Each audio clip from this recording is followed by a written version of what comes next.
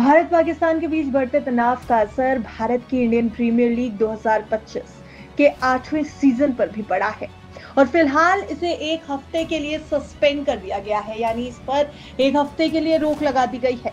अब इसका असर किस तरह से इकोनॉमिकली आईपीएल पर पड़ने वाला है, ये अपनी इस रिपोर्ट में आपको समझाने की कोशिश करते हैं।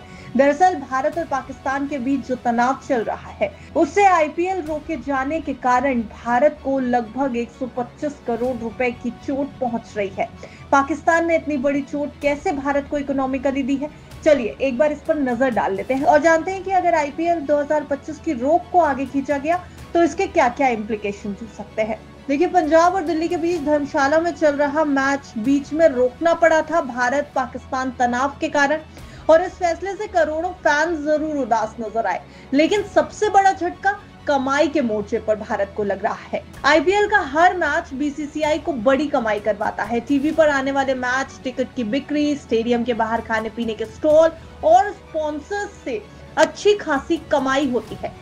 अब रिपोर्ट्स की मानेंगे तो एक मैच रद्द होने से बीसीसीआई को लगभग 100 से 125 करोड़ रुपए तक का नुकसान हो रहा है। बीमा कंपनियां यानी इंश्योरेंस कंपनीज थोड़ा पैसा अगर दे भी दें, फिर भी 60 करोड़ का नुकसान पक्का तय है। अभी भी आईपीएल के 16 मैच बाकी हैं। अगर सारे मैच रद्द होते हैं तो बीसीसीआई को करीब 2000 करोड़ रुपए तक का नुकसान हो सकता है। सिर्फ एक हफ्ते की देरी भी अगर आप देखेंगे तो 5 से 7 मैच नहीं हो पाए हैं, तो इस वजह से 300 से 420 करोड़ रुपए का झटका लग सकता है। अब स्पॉन्सर और ब्रॉडकास्ट पर आइए। आईपीएल के बड़े स्पॉन्सर टाटा और मैच दिखाने वाली कंपनी जियो हॉटस्टार अभी फिलहाल चुप है, लेकिन अगर ये ब्रेक लंबा चल गया तो उनकी टेंशन बढ़ जाएगी। ब्रॉडकास्ट करने वाली कंपनियों को एड से करीब 5500 करोड़ रुपए की कमाई होती है। अगर ये मैच नहीं हुए तो ये कमाई भी डूब सकती है। जियो हॉटस्टार ने 2023 से 2027 तक के लिए आईपीएल दिखाने का कॉन्ट्रैक्ट लगभग 48,390 करोड़ रुपए में लिया है। आईपीएल पर ऐड देने का रेट भी बहुत हाई होता है। एक 10 सेकंड के ऐड के लिए 18 लाख रुपए तक लग जाते हैं। ऐसे में अगर आईपीएल रद्द हुआ तो कंपनियों को करोड़ों का घाटा हो जाएगा। आईपीएल के सिर्फ बीसीसीआई या खिलाड़ी ही नहीं कमाते, बल्कि टैक्सी वाले, होटल ढाबे वाले, सामान बेचने वाले, फ्लाइट, ट्रेन, सबकी कमाई आईपीएल के दौरान होती है। मैच ना होने से फिलहाल उनकी कमाई भी रुक गई है और ये कितनी लंबी रुकेगी, अभी इसके ऊपर भी कोई सफाई नहीं है। ऑपरेशन सिंदूर के शुरू होते ही विदेशी खिलाड़ियों और उनके सपोर्ट स्टाफ की सिक्योरिटी की बात भी उठी थी। कुछ विदेशी खिलाड़ियों ने ऐसा भी कहा था कि वो बाकी खिलाड़ियों के साथ वापस जाना चाहते हैं। कुछ लौट भी गए हैं। हालांकि उनका ये भी कहना है कि अगर 10 दिन में टूर्नामेंट फिर से शुरू हुआ और चीजें एकदम नॉर्मलाइज हो गई तो वो वापस आ जाएंगे, लेकिन अगर हालात नहीं सुधरते हैं तो अब आईपीएल शायद अगस्त से सितंबर के बीच ही हो पाएगा। ऐसे में विदेशी खिलाड़ियों का वापस जाना भी एक बड़ी नुकसान की बात है। अगर फ्रेंचाइजी और शहरों के लिहाज से देखा जाए तो भारत को यहाँ भी थोड़ा नुकसान हो रहा है। हर टीम को बीसीसीआई से पैसे मिलते हैं, अगर आईपीएल नहीं हुआ तो ये पैसा अब कम मिलेगा।